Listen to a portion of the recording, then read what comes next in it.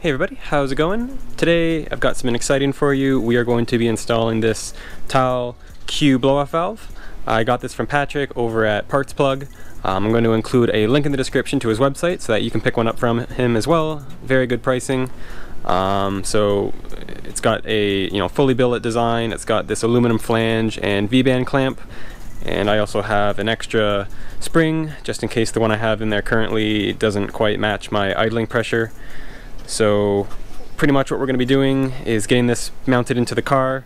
We're going to bring it over, kind of find a location to put it. We'll drill out the little hole in it, get it welded, and then once it's in, we can do a comparison to my current blow-off valve, which is just a generic eBay style super cheap blow-off valve. So I'm excited to see the difference. But yeah, just going to bring you guys along with me. So let's head over to the car and get started. Alright, so in the engine bay now, over here you can see the current blow-off valve I have. It's just a knockoff HKS. It was like 30 bucks. So that's going to be going. As for the current placement of the blow-off valve, I asked a few people around, and a few people are very opinionated on where a blow-off valve has to go. A lot of people say it has to go near the throttle body because it helps release pressure. Some people say it's got to go near the turbo. Honestly, for me, it doesn't have to be an ideal location. I just want it somewhere that looks good and that has easy access. So we're going to kind of go around here and look for something. Obviously it has to go on aluminum, can't go on any couplers, and I was hoping I could put it right here. I think it looks pretty good there. It's kind of out of the way of everything and it's super easy to get to. I don't want it to go here just because I think it looks awkward hanging off of the side of the pipe there, and can't really put it here. The only place I could put it up here by the throttle body would be kind of hanging off the side. Again, I think it looks a little weird hanging off the side. I'd prefer it to be straight up. So I've made the decision and I am going to put it just there. And instead of having to remove this pipe to drill the hole and everything, I just went out and bought the exact same pipe. And I already made a marking on where to drill. So we're just going to bring this downstairs, we'll cut this up, and then it's ready to get welded. Alright, so I'm going to try to run you through what I'm going to do here. I have no idea if it's going to work, but we'll find out. So I have the pipe here, and as you saw, we have the outline of where we're going to cut. I have some cardboard down so we don't scratch it up. I'm also going to put some tape around the pipe so it doesn't get scratched up either. And then here I have a center punch. I'm going to try my best to find the middle. Leave a little mark with that, and then we'll use the this hole saw.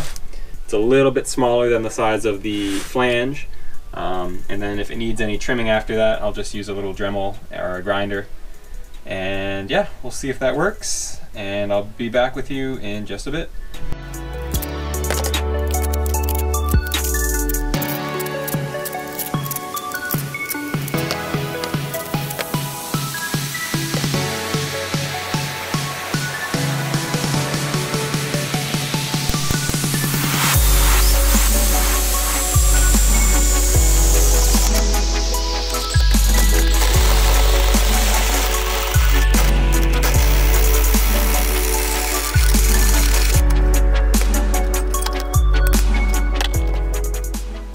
So just finished drilling the hole in the pipe there, and I am actually super surprised how almost perfect it came out. If anybody's wondering, I used a 2-inch or 51mm hole saw, and like I didn't even have to do any trimming. I mean, I did some deburring just to kind of clean up the cut, but like if I put this on here, it is like almost perfect on every single edge. Like there's fine, the other end perfectly fine, like there is no gap, and it is right on the edge. So I am super surprised that it happened on the first time there. There's our chunk of metal that came out. So yeah, now with this done, I can bring it over and we'll get it welded, and then when it's back we can get started on installing it into the car.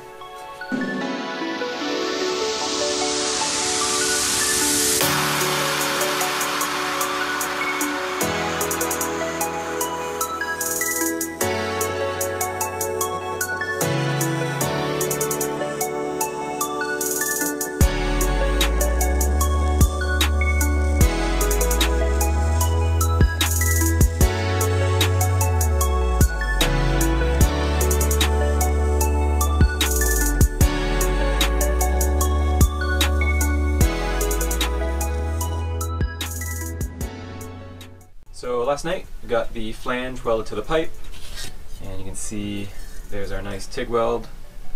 So now with this finally done, I'm going to go ahead and quickly show you guys how to put the blow-off valve onto the flange.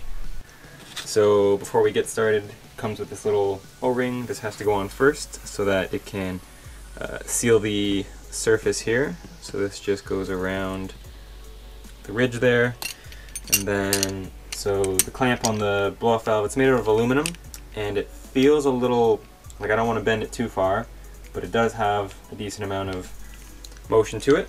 So I'm just going to try to pop that over the flange, and we'll go from there.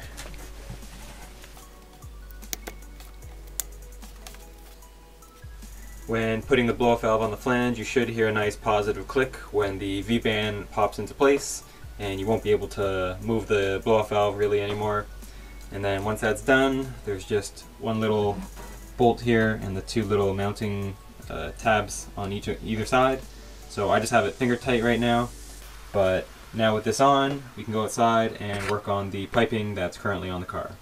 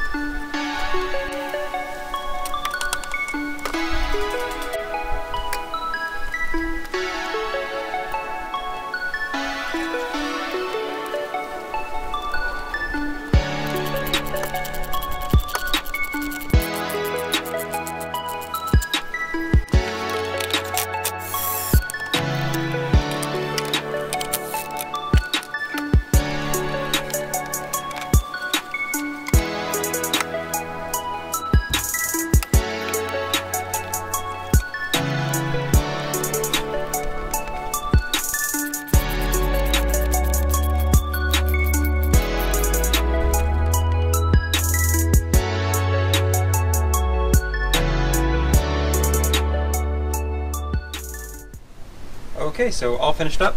We've got the blow-off valve right here on the piping coming out of the turbo.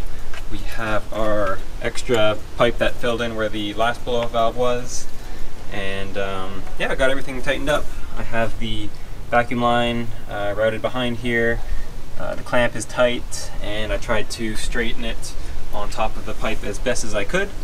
So yeah, now with this done, I'm going to go for a quick little drive. I'll take some sound clips, and then we can compare it to the last blow-off valve, and we'll see how it is.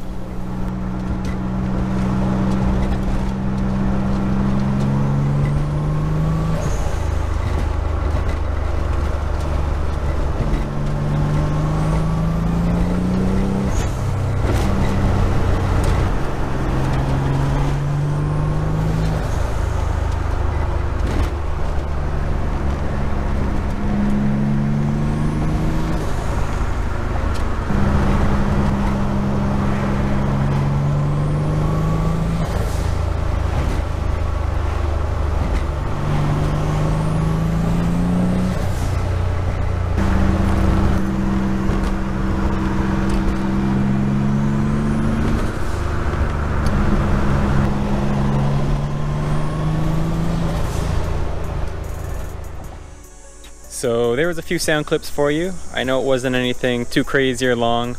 I will be making another video sometime in the future of just the engine sounds, the turbo, the blow-off valve. No talking or music or anything like that. So if you're interested in seeing that, just keep an eye open for that video. But that pretty much concludes the installation on this TiAL blow-off valve. I'm loving the sound of it. Again, if you want to pick one up, there'll just be a link in the video description below. If you have any questions, just put them in the comments and I'll try my best to get back to you. Don't forget to subscribe, and as always, I will see you in next week's video.